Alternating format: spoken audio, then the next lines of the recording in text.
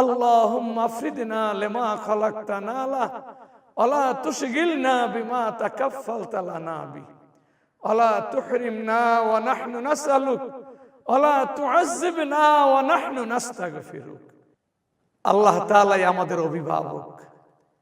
এটা যিনি বুঝতে পেরেছেন তার জীবন, এবং যে বুঝতে ব্যর্থ তার দুর্বিষহ জীবন বুঝতে এই হাদিসই যথেষ্ট। হযরত রাসূল করিম সাল্লাল্লাহু আলাইহি ওয়াসাল্লাম ইরশাদ ফরমান, যে ব্যক্তির একমাত্র চিন্তার বিষয় হবে পরকাল, আল্লাহ কেন্দ্রিক যার জীবন, আল্লাহ সেই ব্যক্তির অন্তরকে অভাগ মুক্ত করে দেন এবং তার যাবতীয় বিচ্ছিন্ন কাজকে একত্রিত করে সুসংযত করে দেন। ফলে তখন তার নিকট দুনিয়াটা গুরুত্বহীন, নগণ্য হয়ে দেখা দেয়। আর যে ব্যক্তির একমাত্র চিন্তার বিষয় হবে দুনিয়া, যার জীবন দুনিয়া সর্বস্ব, আল্লাহ তাআলা সেই ব্যক্তির গরিবী ও অভাব অনটন দু চোখের সামনে লাগিয়ে রাখবেন এবং তার কাজগুলোকে এলোমেলো, বিচ্ছিন্ন, ছিন্ন ভিন্ন করে দেবেন।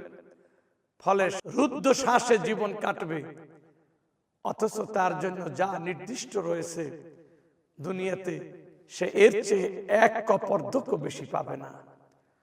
হযরত রাসূল করিম সাল্লাল্লাহু আলাইহি ওয়াসাল্লাম ইরশাদ ফরমান, ইন্না কলবা ইবনে আদম বিকুল্লি ওয়াদিন শুবাতুন ফামান ইত্তাবা কলবুহু শুবা কুল্লাহা লাম ইউবালিল্লাহ বিআইয়ি ওয়াদিন আহলাকাহু ওমান তাওয়াক্কালা আলাল্লাহ কাফাহু শুবা।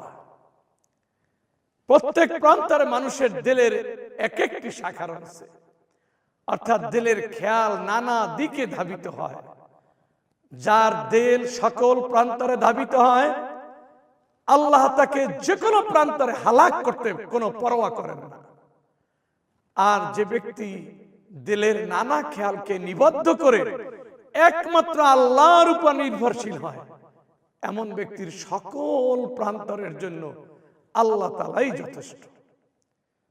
আর এজন্যই আওলাদ মুহতারাম হযরত কায়েশা হুজুর রাহমাতুল্লাহ আলাইহি প্রায় এই বয়াতটি বলতেন, কারে সাজে মা বা ফিক্রে কারে মাস্ত, ফিক্রে মা ধর কারে মা আজারে মাস্ত।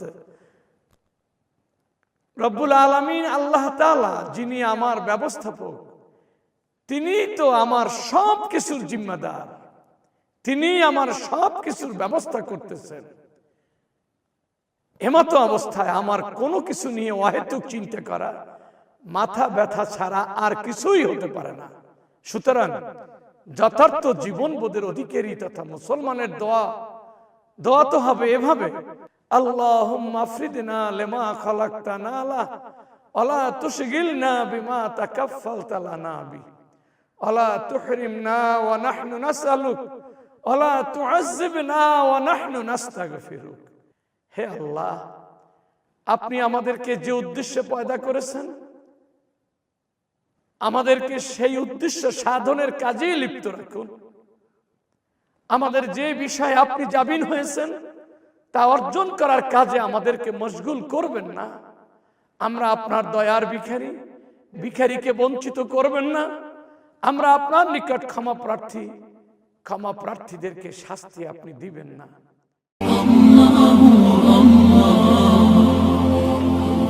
আপনারা দেখছেন এটিআর টেলিভিশন, সত্য প্রবর্তনে ঐক্য।